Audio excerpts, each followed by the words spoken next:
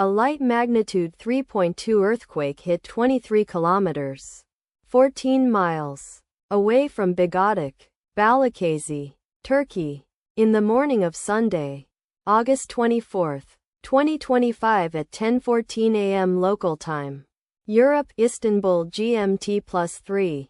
The quake had a very shallow depth of 7 kilometers, 4.3 miles, and was not felt, or at least not reported so. First to report, EMSC after 14 minutes. The earthquake occurred 8 hours after a magnitude 3.8 earthquake had hit on Sunday, August 24, 2025, at 2:30 a.m. local time. Europe, Istanbul GMT +3. In 0.8 kilometers, 0.5 miles, distance to the northeast. Data source from Volcano Discovery.